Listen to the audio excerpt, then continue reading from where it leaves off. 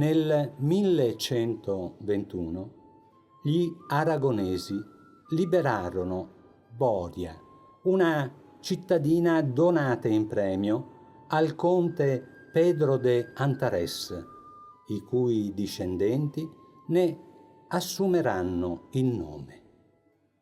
Un secolo dopo, i turchi occuparono il regno di Valencia.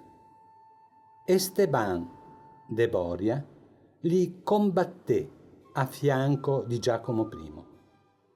Vinsero e quale riconoscenza il re donò al conte i pascoli di Jativa ed il bue pascente entra nello stemma dei Borgia e con altri emblemi in quello dei futuri papi, principi e duchi.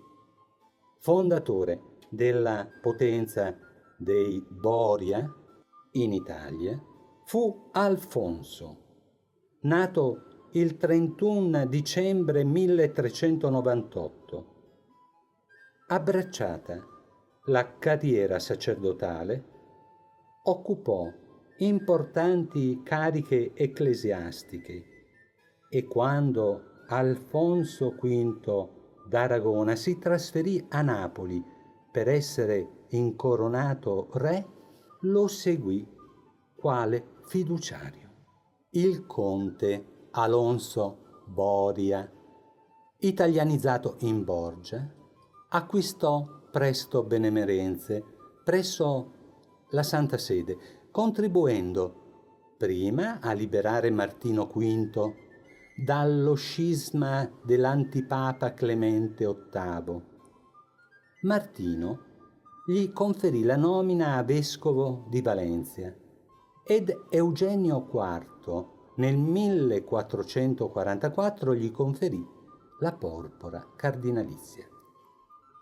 Qui le storie dei Borgia e dei Medici hanno un primo incontro. I Medici discesero a Firenze dai prati del Mugello attorno all'anno 1000, ma è nel 1296 che Giambuono ottenne la carica di gonfaloniere di giustizia.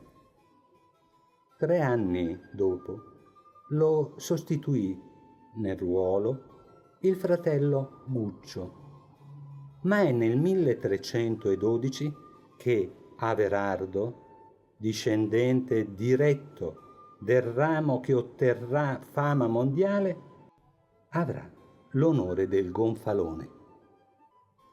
Nel 1378 Salvestro dei Medici, detto Chiarissimo, ebbe la parte principale, seppur dissimulata, nel tumulto dei Ciompi, nomignolo dispregiativo per indicare gli infimi operai delle arti che cercarono di rovesciare, beneficiandone, le sorti del popolo grasso, ossia banchieri, mercanti ed usurai. Saccheggi ed incendi segnarono la rivolta e per 3 anni e mezzo il governo democratico fu sovvertito e nel 1382 Salvestro dei Medici fu confinato a Modena per 5 anni. L'alta borghesia formò il governo degli Ottimati, con a capo gli Albizi.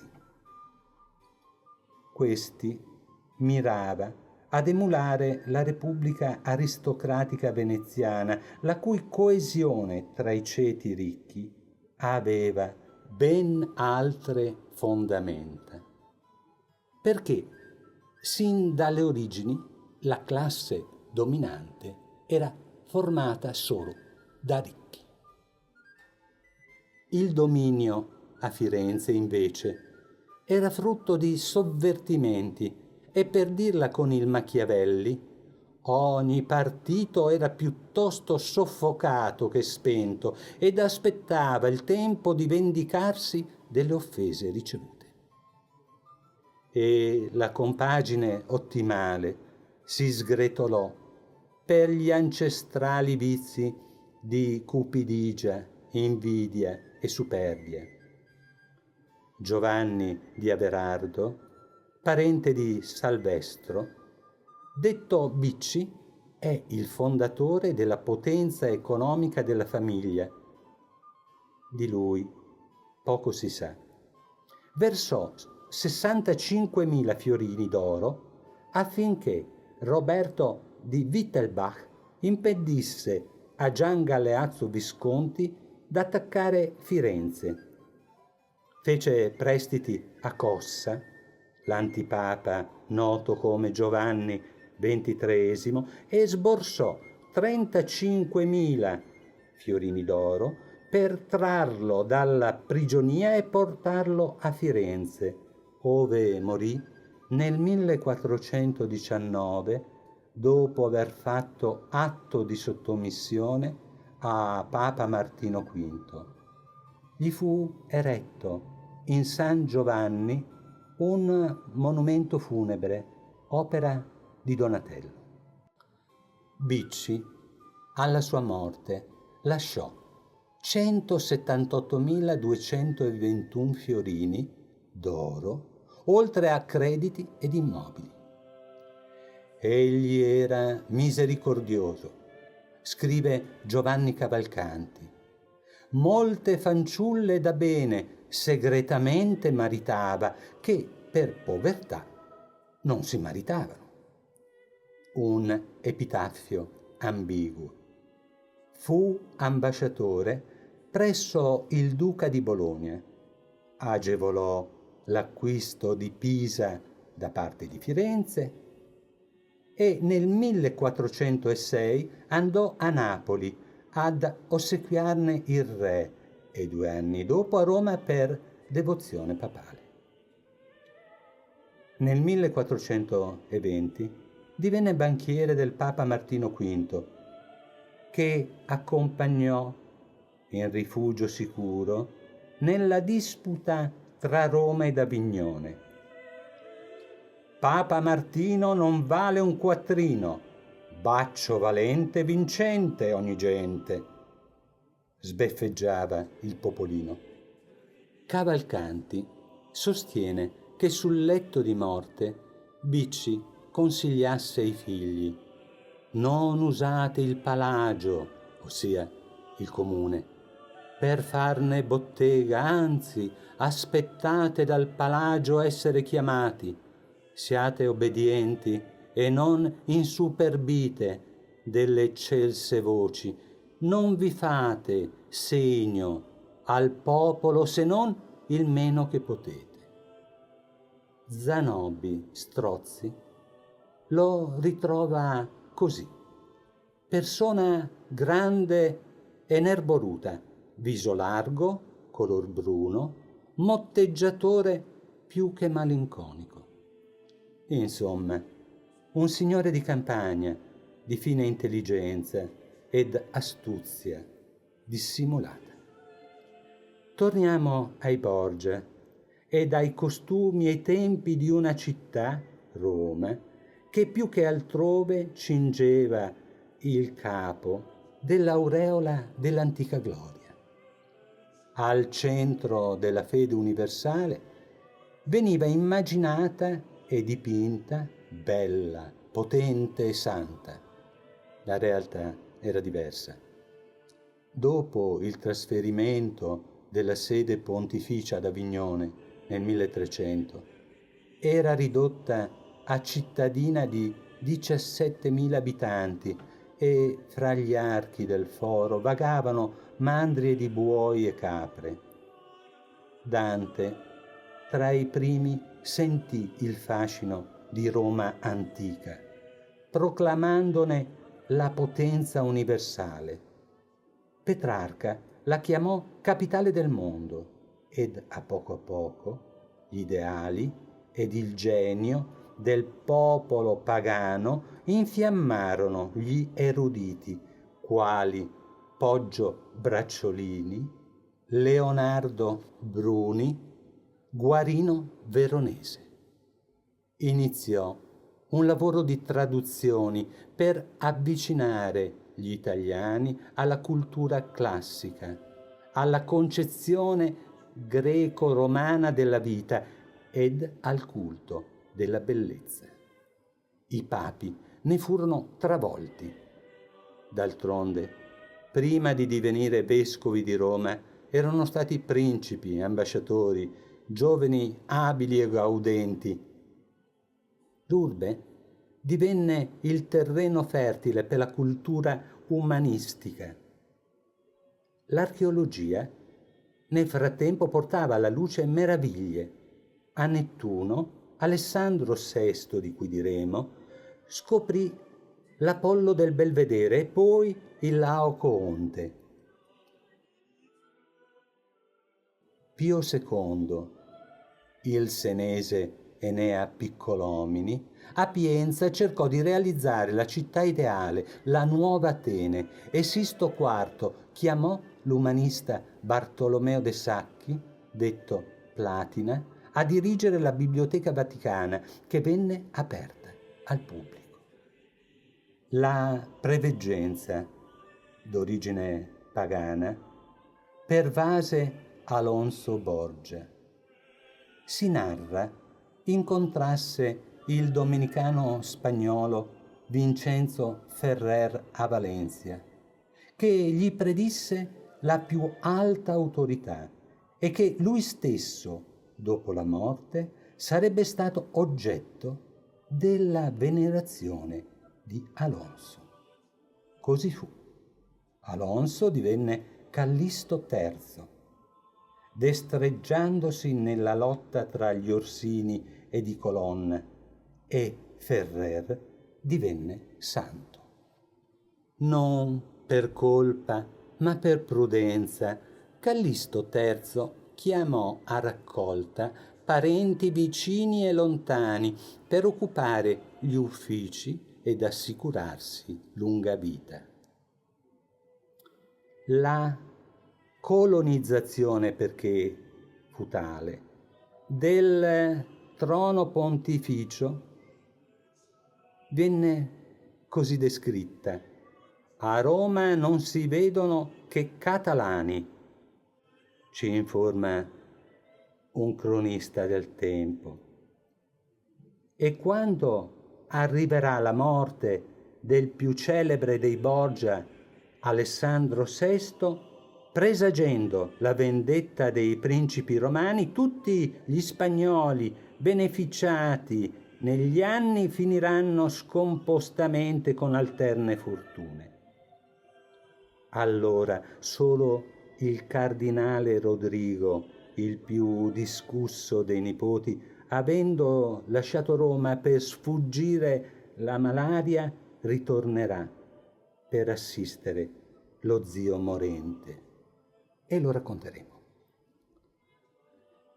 Lo storico dei papi scrisse l'epitaffio: se Callisto III avesse previsto quanto dovevano riuscire nefasti per l'Italia e per la Chiesa i suoi nipoti, invece di innalzarli, li avrebbe esiliati nelle più profonde carceri di Spagna. Rodrigo Borgia, futuro Alessandro VI, studiò a Roma con l'umanista Gasparre da Verona e da Bologna. All'università si addestrò in palestra letteraria e goliardica e si laureò. Il giurista Andrea Barbana lo loda senza ironia.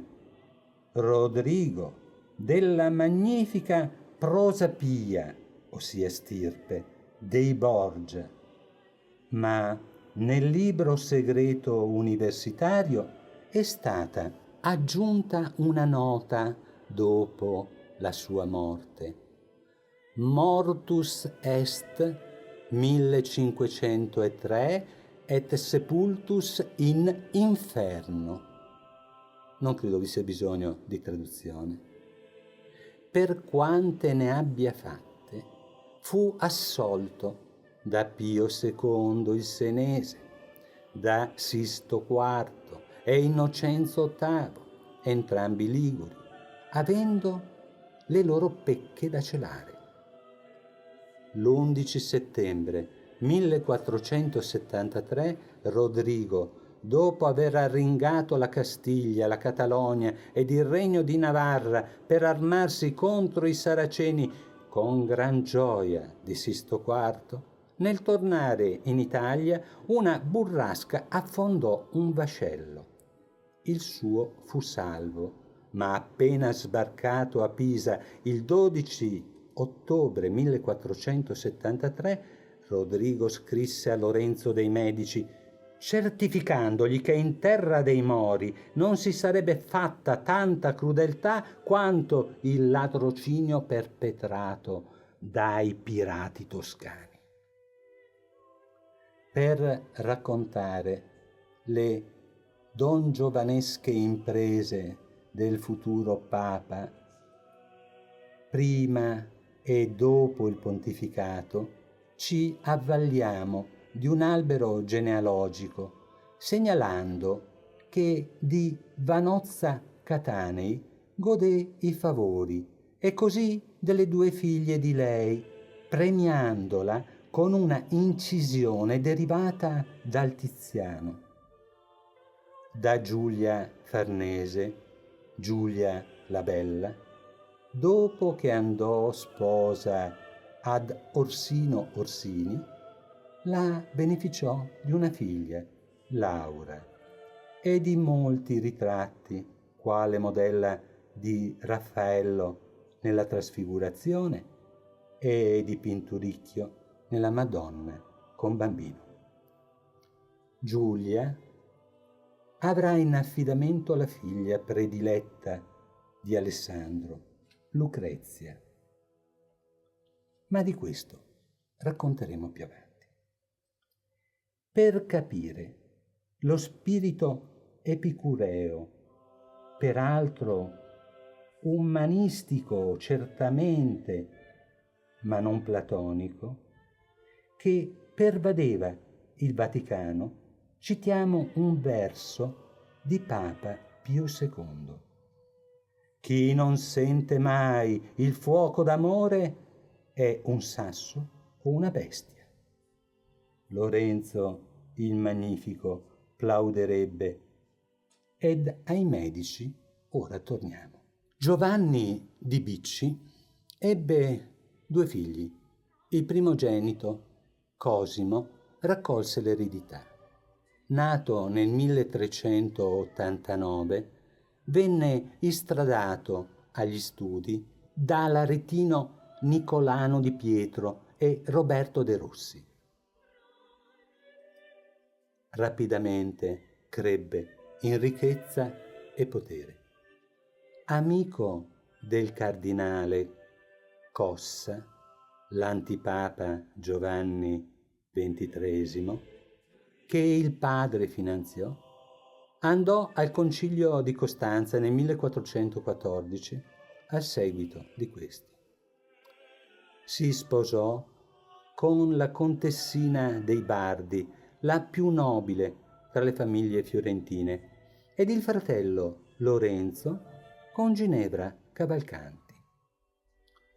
Abile nel prestar denaro, 120.000 fiorini ad Enrico IV d'Inghilterra, 130.000 al duca di Borgogna, per guadagnare favori ed interessi. Fu straordinario nel patrocinare le malefatte dei suoi seguaci fiorentini senza farsi carico degli oneri, ma beneficiando delle opere loro ben accolte. Ci fu un'adunanza popolare convocata da Rinaldo degli Albizzi, che nel far Parlamento, voltor dalle mani il reggimento, ossia il potere. Dal tumulto, il rivale dei Medici ricavò la prigionia di Cosimo, accusato di ciò che l'Albizzi si proponeva. La signoria di Venezia inviò ambasciatori, altrettanto fece il marchese di Ferrara, pronti ad ospitare il prigioniero. Il 29 settembre 1433 Cosimo venne confinato a Padova per 10 anni ed i fratelli Lorenzo e Orlando ad Ancona. Cosimo, grato alla Serenissima, che occupava Padova, ricambiò facendo edificare a Michelozzo la biblioteca dei monaci benedettini in San Giorgio. L'astuzia degli Albizzi ebbe vita breve. Il gonfaloniere Niccolò di Donato Cocchi convocò il popolo, a cui molti era manifesto che Cosimo tornerebbe in patria signor e principe dello Stato. In quel tempo era Papa Eugenio IV, ospite nel convento di Santa Maria Novella, temendo le armi di Francesco Sforza, che invase lo stato della Chiesa. Francia Bigio, nel salone di Poggio a Caiano, raffigura il ritorno di Cosimo quale Marco Tullio Cicerone, ricondotto in patria sugli omeri di tutta Italia. Invero, rientrò prudentemente, evitando ogni ingresso trionfale. La vendetta ci fu, crudele, nello stile dei Medici, per i quali non si poteva vivere ricchi senza lo Stato. Mandò in esilio 70 cittadini, tra cui l'umanista Pallastrozzi, che morì a Padova, e chi rompeva il confino patì la morte, come Bastiano Capponi e Cotal Riccio, decapitati nel 1435 per aver tentato di rapire in gran silenzio il Papa Eugenio IV per consegnarlo al Duca di Milano. Cosimo riuscì a far tenere a Ferrara un nuovo concilio dopo che quello indetto a Basilea, ove venne nominato antipapa il duca Amedeo VIII di Savoia, che scelse il nome di Felice V, aveva turbato la cristianità. Ed a Ferrara partecipò Giovanni Paleologo, assieme al patriarca di Costantinopoli, con uno splendido seguito che il 15 febbraio 1439 entrò a Firenze e la pittura scoprì l'Oriente. In Santa Maria Novella, il 6 luglio, venne proclamata l'unione tra le due chiese sotto la supremazia del pontefice romano. Un gran successo per i Medici. L'accordo durò poco, ma l'occasione germinò impulsi grandiosi nella scienza, nella filosofia e nella letteratura. Qualche anno dopo, a Firenze, Cosimo, per il quale gli stati non si tengono con i paternostri, precisamente il 6 settembre 1441, tollerò che Baldaccio di Anghiari, capitano di Ventura assai ammirato, mentre parlava con Bartolomeo Orlandi nel palazzo del Gonfalone, fosse assalito da 8 sicari e per far apparire la morte quale esecuzione giudiziaria lasciò che venisse decapitato nel cortile. Baldaccio non era uno stinco di santo, ma la sua vera colpa era d'essere intimo di Neri Capponi, uomo insigne, secondo solo a Cosimo. Intanto le guerre continuavano, tra le tante quella tra Alfonso d'Aragona e Renato d'Angiò, per la corona di Napoli. Firenze si astenne da azioni ufficiali, pur finanziando i francesi, e nel 1459 riceveva Enea Silvio Piccolomini, divenuto papa, col nome di Pio II, ed era in amicizia con Cosimo, che il 1° agosto 1468 giunse al termine dei suoi giorni nella villa di Careggi. Alle esequie intervennero rappresentanti degli stati italiani, del Papa, del re Luigi XI di Francia, e la città di Firenze lo nominò padre della patria, scolpito sulla sua tomba in San Lorenzo. Era un uomo mediocre, magro, di colore olivastro, dall'aspetto benigno, di sicuro ingegno, ma poco eloquente. Parlava poco, ma chiaro.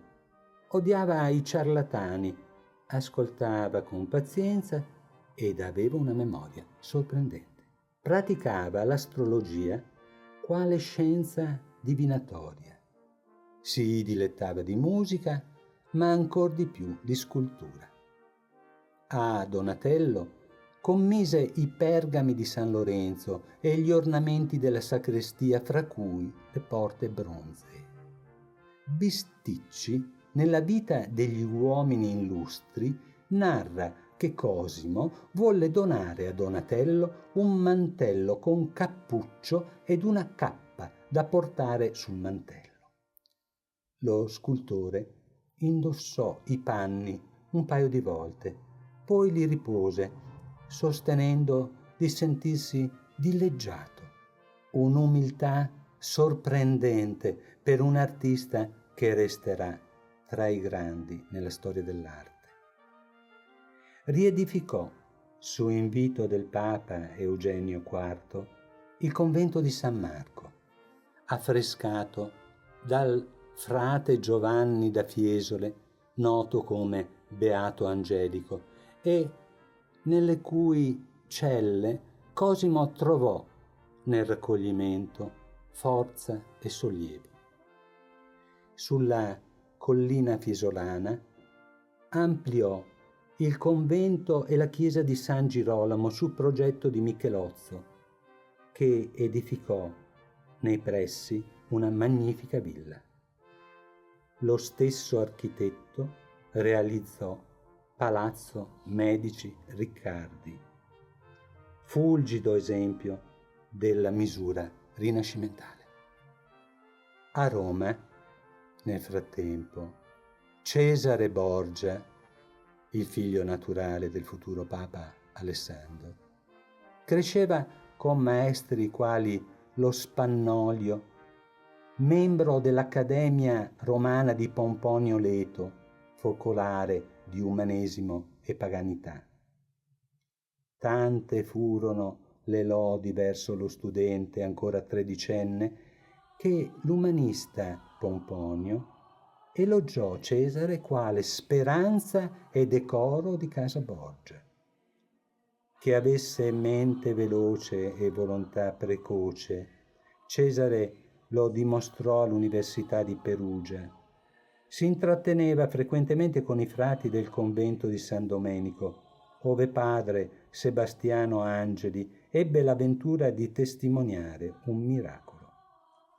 Mentre una semplice monaca, Suor Colomba di Rieti, pregava nella chiesa di San Domenico davanti all'altare di Santa Caterina da Siena, una giovane si avvicinò con un bimbo morto tra le braccia. «Suor Colomba», le disse, «pregate il Signore che mi renda la mia creatura». Colomba prese il corpicino, se lo portò al seno, tenendo gli occhi fissi sull'immagine di Caterina. Poi baciò sulla fronte il bimbo, che subito aprì gli occhi alla vita. Dalla Sapienza di Perugia, nell'autunno del 1491, all'Università di Pisa, che Lorenzo il Magnifico rimise in fiore. In cattedra vi era il celebre giuriconsulto milanese Filippo Decio. A Pisa studiava il sedicenne, quindi coetaneo, figlio di Lorenzo, Giovanni Medici. Tra 3 anni sarà cardinale e futuro Papa Leone X. Tra i due vi fu amicizia, scambi di inviti nei rispettivi palazzi. Se Cesare ambiva alla protezione medicea, Giovanni cercava di ingraziarsi i Borgia. Filippo Decio, giuriconsulto, testimoniò che Cesare Borgia trasse tanto profitto in diritto canonico quanto in diritto civile. Nel frattempo, a Roma, le celebrazioni per Alessandro VI esaltavano il popolo diviso in fazioni. Con Cesare, Giulio Cesare, Roma fu grande, ora è grandissima. Regna Alessandro VI. Quello, Cesare Giulio, fu uomo, questi Dio. Altri invece motteggiavano diversamente. Alessandro vende le chiavi, gli altari, li aveva comprati, ha diritto di venderli. Garbata ironia su un difetto comune, il mercanteggiamento dei voti, prima e durante il conclave. Prassi consueta. C'era da comprare il consenso dei Caraffa, dei Riario, dei Piccolomini, dei Dalla Rovere. Questi poi era l'avversario acerrimo che Borgia vinse offrendo più di tutti, ma non ciò che aveva, troppo facile e dispendioso, ma ciò che avrebbe avuto se eletto. Astuzia raffinata. La mattina dell'11 agosto 1492, sotto un temporale, s'alzò dal Vaticano a fatica un fil di fumo bianco. Dopo 34 anni salì al trono pontificio un secondo Borgia e lo stemma ridondante preannuncia il barocco romano. Cesare si precipita, si lancia al galoppo, ma un messo del padre gli ordina di fermarsi a Spoleto. La presenza di un figlio turberebbe il trionfo del divo Alessandro. Per svagarsi, Cesare fa gareggiare il suo cavallo al Palio di Siena. Al tempo, principi e cardinali mandavano cavalli e corridori, preferibilmente ragazzi magri, che indossavano la divisa del proprio signore. Lorenzo de' Medici, il signore di Camerino, il marchese di Mantova, senza contare i senesi. Il premio consisteva in uno stendardo in broccato tessuto d'oro e il 16 agosto 1492 vinse il cavallo di Cesare, grazie all'astuzia del fantino che si gettò a terra nel finale per alleggerire il puledro. La gara fu contestata da Gonzaga, marchese di Mantova, che fece conto senza l'oste, che da Roma intervenne con potente voce paterna. Nel frattempo, il Vaticano fu invaso da parenti, amici e amici di amici a reclamar cariche ed uffizi. L'ambasciatore del duca di Ferrara scrisse: nemmeno 10 papi basterebbero per accontentare questo parentado. A Firenze, intanto, Pietro dei Medici successe a Lorenzo, morto per gotta l'8 aprile 1492 a Careggi. La notte seguente fu trovato morto in un pozzo presso San Gervasio il medico di Lorenzo, Pier Leoni da Spoleto.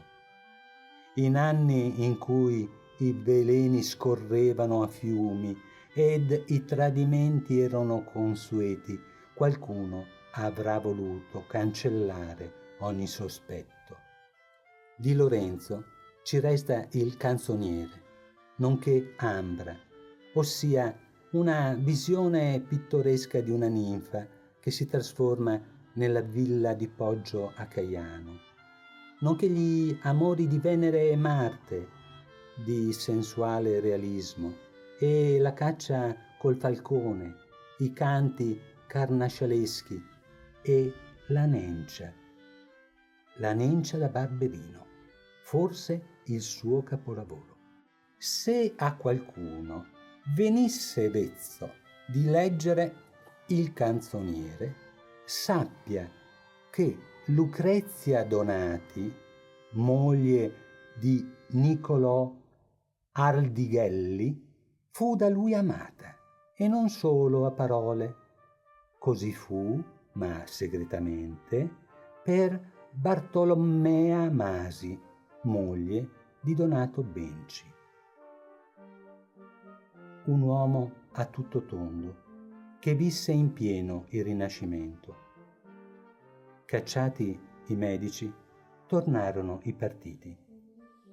Quello dei Piagnoni, seguaci del frate Savonarola, gli ottimati che miravano a ricostituire l'oligarchia abbattuta, e gli arrabbiati, i giovani che rimpiangevano la vita gaia, i partigiani dei Medici che non ardivano manifestarsi erano chiamati i Bigi. Il terrore provocato dalla calata dei francesi guidati da Carlo VIII precipitò Firenze dall'umanesimo illuminato al misticismo medioevale, con processioni, digiuni, espiazioni. Un sollazzo per Girolamo Savonarola, che era accanto a Lorenzo in punto di morte. Uno dei tanti voltafaccia. Fra Mariano, generale degli Agostiniani, gran predicatore, fu mandato da Roma a smuovere le acque, grazie a Bernardo del Nero, fedele a Pietro dei Medici, la cui moglie, Alfonsina Orsini, donna energica ed ardita, da tempo incitava Pisa, Siena, Lucca, Bologna e Venezia a cacciare l'invasato Savonarola. Il marito, Pietro dei Medici, tuttavia, all'alba del 28 aprile 1497, con cavalli e fanti, al primo colpo di cannone francese volse i tacchi, lasciando a pagare il fio del suo timore Bernardo del Nero, Lorenzo Tornabuoni, cugino di Pietro, Niccolò Ridolfi, suo parente, Giannozzo Pucci e Giovanni Cambi. Una lettera sfuggita dalla tasca di Lamberto dell'Antella, nobile fiorentino, conteneva le trame del complotto contro Savonarola. Savonarola si scatenò, scomunicò il Papa Borgia, bruciò libri e Fra Domenico Buonvicini, compagno del Savonarola, sfidò un seguace dei Medici al giudizio di Dio, ossia a camminare su fascine ardenti. La disputa mutò in farsa. Savonarola sbigottì i suoi seguaci, che finirono bastonati e arrestati dagli arrabbiati gaudenti. Il 23 maggio 1498 il frate, con i fratelli Domenico, Silvestro, dopo un processo con tortura, furono impiccati, arsi per eresia in piazza della Signoria e le polveri gettate in Arno per evitare venerazioni postume. A Roma il Papa si sfregò le mani e affidò al figlio Cesare d'organizzare il rientro di Pietro a Firenze. Cesare, amando cogliere le occasioni, pensò di fare un mazzo di Luca e Pisa. Il padre gli spianò la strada, agevolandolo nell'entrare a Camerino, facendo uccidere Giulio da Varano ed i suoi figli, ed a Senigallia sacrificò Vitellozzo Vitelli, Oliverotto da Fermo, Paolo Orsini ed il duca di Gravina, e per chiudere il conto a tradimento colpì il cardinale Orsini, suo sostenitore, ed altri 4 della sua famiglia. A Cesare aprì la strada per Siena. Nel frattempo, morto Carlo VIII, la corona passò a Luigi, che patteggiò segretamente con Ferdinando il Cattolico. Il controllo del regno di Napoli era assicurato. Alessandro VI, super partes, incoronò entrambi i re. La tregua durò un amen e da Barletta 13 italiani che militavano per la Spagna, guidati da Ettore Fieramosca, sfidarono 13 cavalieri francesi, cui toccò un'umiliante sconfitta. Per la gioia di Lorenzo dei Medici, che dall'aldilà vedeva per la prima volta gli italiani vincitori senza combattere tra di loro. Piero dei Medici si trovava tra le truppe francesi sconfitte. Per gratitudine verso la Francia, avendolo favorito nel ritorno a Firenze. Ma nella ritirata, sua specialità, attraversando il fiume Garigliano su un barcone appesantito da un cannone, affondò ed annegò. Fu seppellito nel monastero di Monte Cassino, ove il fratello Giovanni, una volta divenuto Papa Leone X, gli eresse un monumento. Di doman non v'è speranza, da non credere, eppure in 2 giorni il potere dei Borgia svanì. Vediamo come. Alessandro VI morì nello spazio di un giorno, il 18 agosto 1503, ed il figlio, detto Duca Valentino, cadde infermo. Trasportato in Spagna, guarito, riuscì a fuggire dalla fortezza in cui era rinchiuso e morì combattendo a Navarra, combattendo per il cognato, re di questo regno.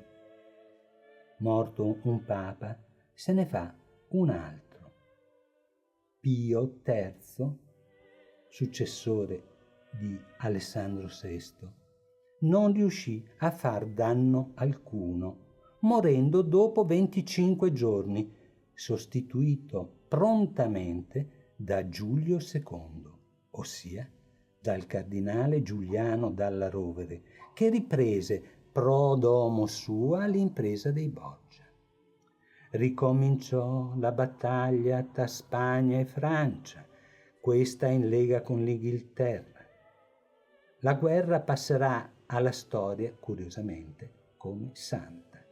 Durò 3 anni, ma seguendo le vicende dei Borgia e dei Medici, quel che ci interessa è il ritorno di questi a Firenze come privati cittadini, guidati dal mite Giuliano, che lasciò volentieri al fratello cardinale Giovanni, futuro Papa Leone X, dotato di ben altra indole ed autorità, le cure della famiglia. Alcuni nostalgici della defunta Repubblica tentarono di uccidere Giuliano ed il fratello cardinale.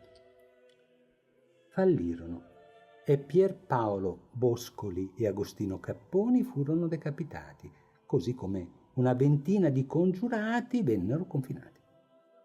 Tra questi Niccolò Machiavelli.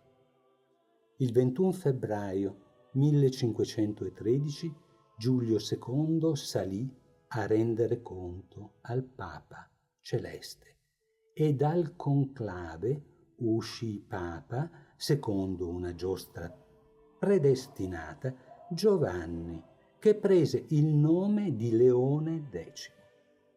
Era il 15 marzo 1513. La notizia giunse a Firenze con segnali luminosi e fumate grafiche ed iniziò la festa. Leone X chiamò a Roma Pietro Aretino e sviluppò l'arte tipografica, riproducendo testi greci e latini con l'editore Aldo Manduzio. Proseguì le grandiose imprese di Giulio II, affidando a Michelangelo le pitture della Cappella Sistina, mentre Raffaello arricchiva d'affreschi le stanze del Vaticano. Voleva far cardinale Raffaello, nonché Ludovico Ariosto ed Erasmo da Rotterdam. Nelle sale vaticane si recitavano commedie oscene come la Calandra del cardinale Bernardo Dovizi, detto Bibbiena, o la Mandragola di Niccolò Machiavelli, ed è celebre un suo motto che fa eco a quello del padre: godiamo il papato perché Dio ce l'ha dato. A Firenze commise a Baccio Bandinelli, ad Andrea del Sarto, a Francia Bigio e Jacopo da Pontormo lavori alla Villa della Robbia. Con quest'ultimo pittore il Rinascimento si apre al manierismo. Destreggiandosi tra Francia e Spagna per liberarsi di entrambe, con spregiudicatezza favorì involontariamente la scissione luterana. Esploderà nel 1545. Si aprirà il Concilio di Trento e con la Controriforma a Roma e nel sud il barocco diverrà l'espressione del nuovo ordine.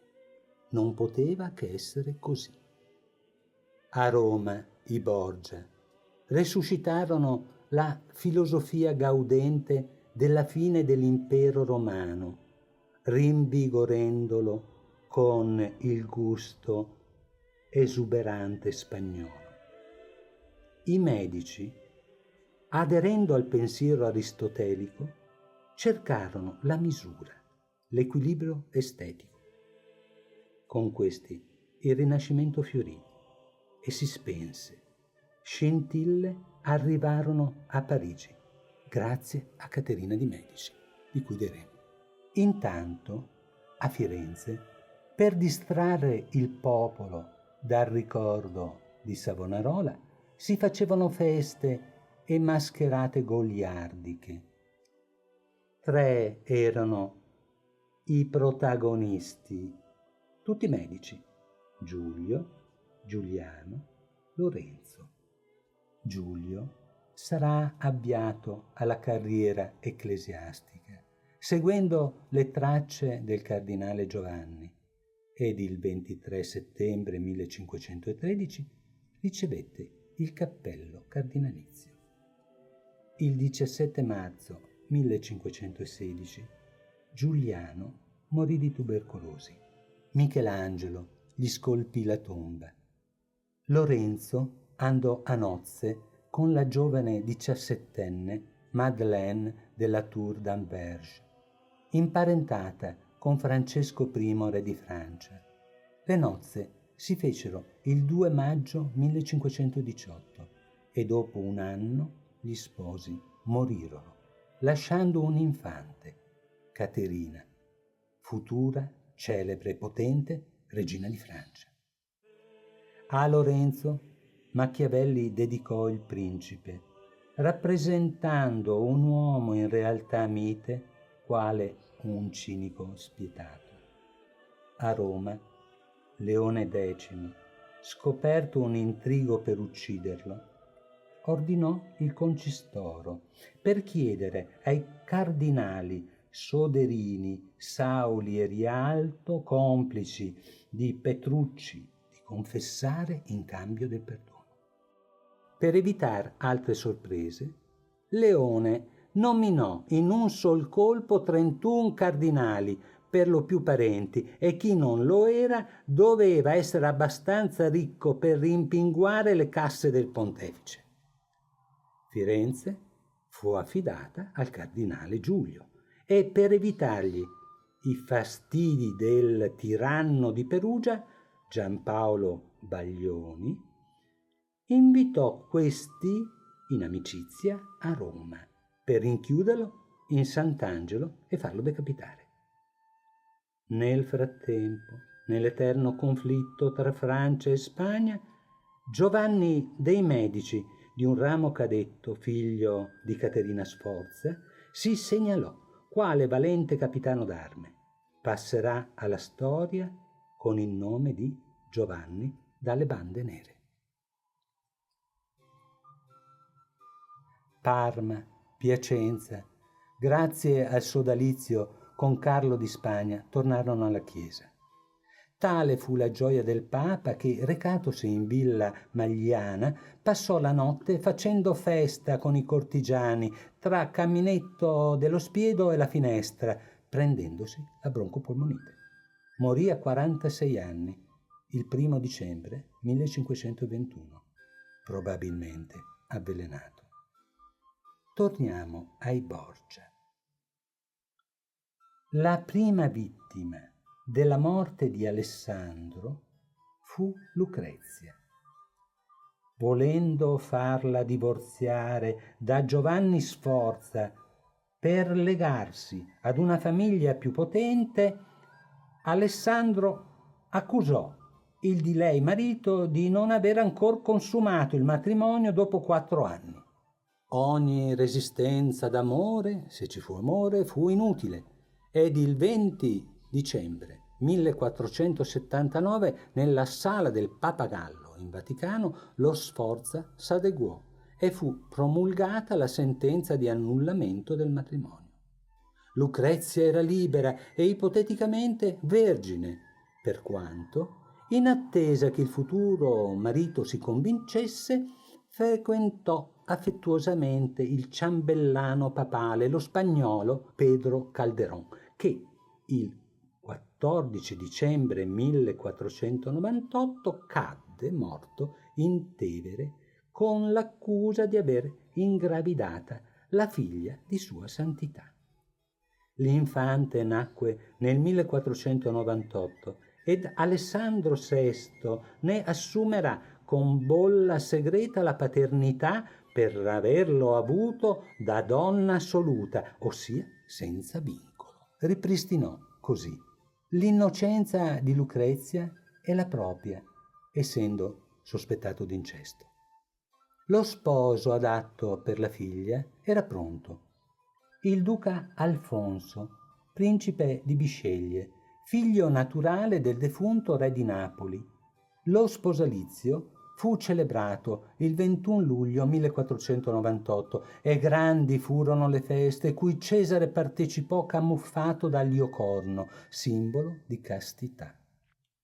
Alfonso e Lucrezia Avevano l'uno 18, lei 19 anni, belli ed innamorati, per cui sarebbe incomprensibile la fuga nottetempo da Roma di Alfonso per rifugiarsi nel suo regno, da dove sollecitava Lucrezia a seguirlo. Questa, già gravida, reclamava verità e la mancanza dell'amato ad Alessandro, il padre. Questi, per consolarla, le donò i ducati di Spoleto e Foligno.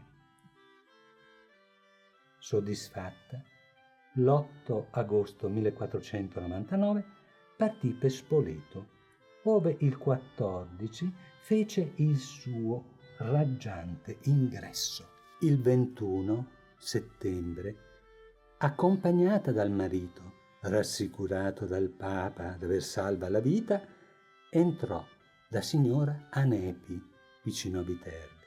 Ma com'era Lucrezia esteticamente? La celebrata bellezza era, per Zambotto Bernardino, mediocrissima, tuttavia allegra e ridente. 2 medaglie la rappresentano, una con i capelli sparsi, attribuita al Megliori.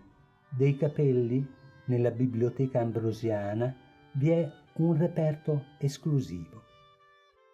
Il matrimonio con Alfonso d'Este, il terzo matrimonio quindi, avvenne il 30 dicembre 1501 e per l'occasione il Papa, anzi papà, anticipò al 2 gennaio 1502 il Carnevale e vi furono naumachie, battaglie navali e corride. Le feste finirono con l'Epifania nel giorno di partenza di Lucrezia per la nuova residenza ferrarese. Lasciamo Lucrezia al suo destino per andare a Firenze, ove il cardinale Giulio dei Medici governava con soddisfazione dei cittadini, mentre Giovanni dei Medici, con le sue bande nere, fece miracoli di valore alla testa di soldati italiani, favorendo la ritirata dei francesi sconfitti alla Bicocca. A Roma, dal conclave uscì Papa per un pugno di voti il cardinale Giulio dei Medici, assumendo il nome di Clemente VII. Scompiglio a Firenze, ove i suoi avversari confidavano di cacciare i Medici per una nuova repubblica. Una seconda sconfitta dei francesi a Pavia si tramutò in tragedia per la morte di Francesco, la cui moglie, Luisa di Savoia, alla tragica notizia rispose con la celebre frase: «Tutto ora è perduto fuorché la vita e l'onore». Carlo V restò l'arbitro delle sorti italiche ed il 4 maggio 1527 il Borbone era sotto le mura di Castel Sant'Angelo, difeso da un pugno di volontari, tra cui l'orefice Benvenuto Cellini, che con un colpo di archibugio atterrò il Borbone. La città fu preda di saccheggi, bestiali violenze e 7.000 persone persero la vita. Clemente VII non s'arrese, nel mentre a Firenze i giovani medici si preparavano a lasciare ancora una volta la città. La ruota della storia gira. Clemente e Carlo V trovarono l'accordo, simboleggiato dal matrimonio del 18enne Alessandro dei Medici con Margherita, figlia naturale di Carlo V. Non ci risulta che alcuno abbia studiato il ruolo storico dei figli e figlie naturali di re e papi. Erano frutto di lussuria o di prudenza politica, pesi da cui liberarsi o carne per baratti. Gli spagnoli, dai colli fiorentini, agognando il saccheggio, gridavano: Signora Florenza, apparecchia i tuoi broccati che noi veniamo a comprarli a misura di picche. La battaglia avvenne a Gavinana. La sconfitta era scritta ed il sacrificio di Ferrucci fu vano ma eroico. Crivellato, fu portato dinanzi al Maramaldo, che lo ferì alla gola mentre lo sventurato diceva: tu ammazzi un uomo morto, frase che condanna l'uccisore a perpetua infamia. A Roma Clemente VII concertava matrimoni. Alessandro de' Medici, come detto, destinato a Margherita d'Austria, ma ha la precedenza quello tra Caterina con Enrico, duca d'Orléans, secondogenito di Federico I, re di Francia. Così fu. Il 19 settembre 1533 a Marsiglia. Clemente VII non fu altrettanto sollecito con Enrico VIII, re d'Inghilterra. Lo teneva sulle spine da 6 anni, lasciandogli sperare nel divorzio da Caterina d'Aragona, perché Enrico era invaghito d'una cortigiana, Anna Bolena. Il 25 gennaio 1533 Enrico si sposava segretamente, mettendo il Papa di fronte al fatto compiuto. Questi confidava nello spegnersi della passione fedifraga. Il Papa Clemente fu troppo clemente. Avrebbe dovuto scomunicare Enrico, riaffermando la priorità della fede cattolica, ma il tempo precorre gli incerti e il 25 settembre 1534 Clemente morì di broncopolmonite e riposa nella chiesa di Santa Maria della Minerva, ornata da una statua di Giovanni di Baccio Bigio, frequentemente oltraggiata in quei tempi con immondezze, tanto che vi fu posta una guardia per impedirli. Per quanto austeri fossero i suoi costumi, la sua memoria fu detestata per lo più per lo scisma inglese. Lasciò 2 figli, concepiti con una contadinella di nome Simonetta. Alessandro, cui fece attribuire dal re di Napoli il ducato di Penne d'Abruzzo. L'altro, Ippolito, maggiore d'età, lo pretese vicino a sé con un cappello cardinalizio che poco godé. La febbre malarica lo uccise. Quando la rivalità entra in famiglia, ogni nefandezza è possibile. Lorenzino, figlio di Pier Francesco del ramo cadetto della stirpe dei Medici di Cafaggiolo, passerà alla storia per aver ucciso Alessandro. Lorenzino era uomo piccolo, barbuto, dalla faccia tetra e la mente assorta nei malefici pensieri. Finse amicizia con Alessandro. Benvenuto Cellini annota nella sua vita: Lorenzino diceva: io non pensavo ad altro che a dargli un rovescio ad Alessandro che fosse degno di sua eccellenza. Straziante il modo con cui uccise Alessandro. Dopo una notte di baldoria lo accompagnò a letto e gli pose a fianco la spada, avendo cura di avvolgere il cingolo dell'elsa, rendendolo difficile da sguainare. Dopo che la vittima s'addormentò, entrò in camera con un sicario, cotal Scoroncolo, che operò così maldestramente che costrinse Lorenzino ad intervenire rimediandosi un rabbioso morso alla mano che restò straziata. Alessandro fu sepolto nella sacrestia nuova di San Lorenzo e Lorenzino, fuggito a Venezia, fu raggiunto dai pugnali il 26 febbraio 1548, nonostante la protezione di Caterina dei Medici, regina di Francia. Caterina nacque il 13 aprile 1519 e, come detto, rimase subito orfana. Allevata da Alfonsina Orsini e dalla zia Clarice Medici, imparò rapidamente, oltre il francese, il greco, le matematiche, la fisica e l'astronomia, rendendola una rarità tra le gentildonne della Rinascenza.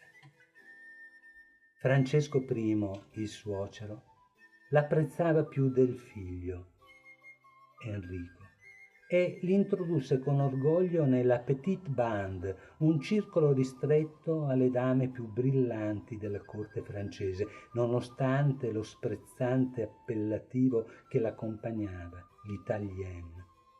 Nel 1536 morì il primogenito di Francesco ed al marito di Caterina si aprì la via del trono, ma prima si allargarono le braccia bramose di Diana di Poitiers, allegramente vedova del siniscalco, ossia governatore, di Normandia. Caterina sopportò umiliazioni e nel 1542 rischiò il ripudio non avendo procurato, dopo 9 anni di matrimonio, un erede al trono. Con tempismo ammirevole, dopo 1 anno dalla minaccia, partorì il primo figlio, cui venne dato il nome di Francesco, e tra il 1543 ed il 1555 ne generò 10. 7 sopravvissero: Francesco, Carlo ed Enrico. Tutti uno dopo l'altro divennero re di Francia. L'ultimo maschio, Francesco, sarà il futuro duca d'Angiò. Delle 3 femmine, Elisabetta andò sposa a Filippo II, re di Spagna, Claudia al duca di Lorena, Margherita ad Enrico di Navarra. Nel 1547 Francesco I morì ed Enrico gli succedette. E la sua impudenza e quella di Diana di Poitiers, da lui creata duchessa di Valentinois, dilagò. Persino Paolo III Farnese, successore di Clemente VII, offese Caterina, inviandole una rosa d'oro ed a Diana una collana di perle di ben maggior valore. Il 10 agosto 1557, perduta la battaglia di San Quintino in Picardia, i parigini, terrorizzati di vedere i nemici spagnoli alle porte, scoprirono il valore dell'italienne, che, assente il marito, si presentò in Parlamento accendendo i cuori dei principi presenti per difendere il regno. La sua forza d'animo impressionò i suoi detrattori. Nel 1556 Francesco, primogenito, 14enne, sposò Maria Stuarda, regina di Scozia, di 1 anno maggiore. 30 anni dopo Maria, la cattolica, lascerà la testa sotto la scura di Elisabetta d'Inghilterra, anglicana, sua rivale. Emanuele Filiberto, duca di Savoia, vincitore a San Quintino, sposando Margherita di Valois, sorella di Enrico II, s'appieta ed in Francia si festeggia con balli e duelli.